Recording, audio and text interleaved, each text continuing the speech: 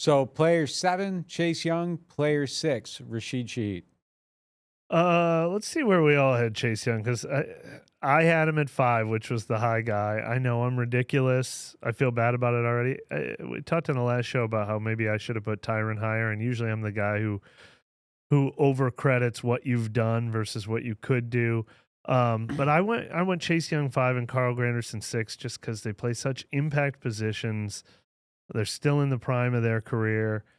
And I just feel like maybe I'm willing it to happen. Maybe I think it should happen. I mean, he should be one of the special players on this team. He showed glimpses of it last year, didn't quite deliver on it, finished with just 5.5 sacks, has never gotten past 7.5 in his career. But now that he's had a fully healthy offseason, now that he's here for year 2, even though it's a new defense and he's comfortable here, he's hitting the ground running this offseason. I don't know. Maybe I'm overrating it, but he's one of the few guys in this list who has a chance to be like on those top 100 NFL player lists, even though I know we've been saying that for like 6 straight years. I had him 8th. I feel like that's the right spot. 8. Yeah. I don't know if he's a top 5 player on the team. Where'd you have him compared to Granderson? I had Granderson at 9. Yeah, so I also went Young slightly ahead of Granderson. We both had him back to back though. Yeah. I got to see more out of him, man. Yeah, like I do too. I just don't feel like the production's there. He had a lot of pressures last year. There's a possibility that flips on his head. The potential and the talent and all that's there. But like he's 3 contracts in on like potential at this point. I got to see it. I just got to see it. Like I don't disparage a top 5 ranking, especially on this team. Like you can get the 5 a lot of different ways on this team. I don't think it's outrageous. I didn't know what my criteria for 5 was. We've got a top 4, a little preview of what's to come. I think we all. Oh no, that's not true. B snuck someone else in his top 4, but our top 4 was fairly obvious top 4, and then it kind of turned into the wild west a little bit, and so I didn't know what the criteria was. And for me, it's not even. You say you have to see it with Chase Young, and I agree. But even just what he's already shown was kind of enough for me to put him at 5. Which is again an indictment on the rest of the team. Like he's next. My number 5 was Shaheed. Like I don't. Yeah.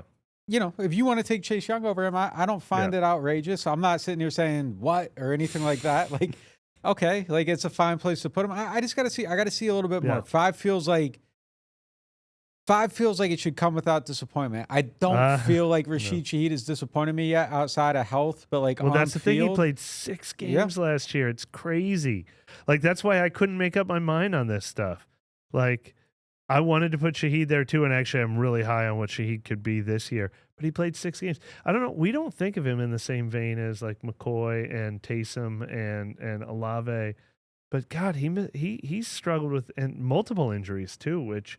Hopefully he can get over it, but otherwise I would have been happy to put him higher too. It's a tough list. It is a tough list. Like, yeah, I mean, there's not runaway top five guys. I don't know. It just kind of feels like that walking in with expectations and not having them met versus unmet, or expectations that were exceeded or no expectations rather. No. It's just like you kind of go in and you're like, man, this is awesome. Like that's what Shaheed is right now. Yeah. And whoever signs him to that next contract, if he's playing 6 games, they'll probably have that feeling that I have with Chase Young right now.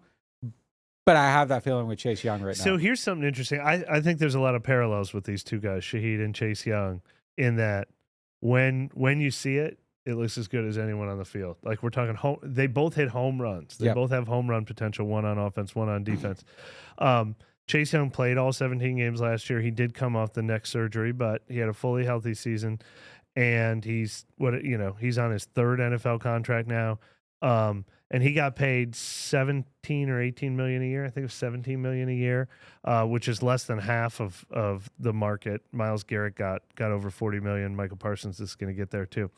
Rashid Shaheed now, if he plays a full 17 game season, fully healthy. Is he anywhere near? He's a free agent next year. Is he anywhere near a $17 million player yet? Yeah, probably so. Probably, if he plays right around there, right? If he plays a full season, I think easy. But he's money. Not one of the top of the market, like $30 million but receivers. I think he could even exceed. If he has a healthy season at his potential level, I think he's getting paid a ton. I think he's getting paid a whole mess of money, probably more than. Like, it's going to be a lot. Like, I think he gets paid a lot. Receivers are making a ton of money, and there's a lot of crazy contracts. And he's somebody that you look at, and he's special. Like, he meets his specialness when he's on the field. When he's on the field. Yeah. And then he gives you the return ability where he's an all-pro. I think he's going to – yeah. I think if he has I think it's entirely dependent on him being healthy for a whole entire season. He's had the torn ACL – he missed time with, I want to say, like hamstring or something, soft tissue. And then what was it last year? Was it, why am I drawing a blank on what kept him off the field for 11 games? Last year was such a mess with injuries. I don't even remember the specific injuries. Was it an ankle? But if he gets on the other side of it, if he can get on the other side of it, he's probably going to be a 1,000-yard receiver if he's on the field for all those games. Even if he's just at the rate he's been at, and it's like 800 yards.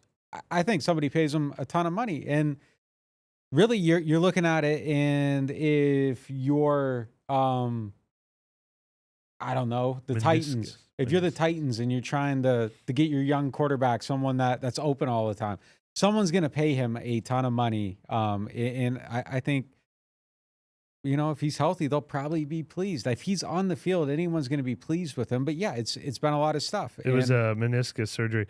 That's right. But yeah, look, I mean, that's my one concern with it. He's got a slight frame too. Like I hope he can get on the other side of it, but like they're not just fluky injuries. I mean, he's a smaller guy who takes a beating.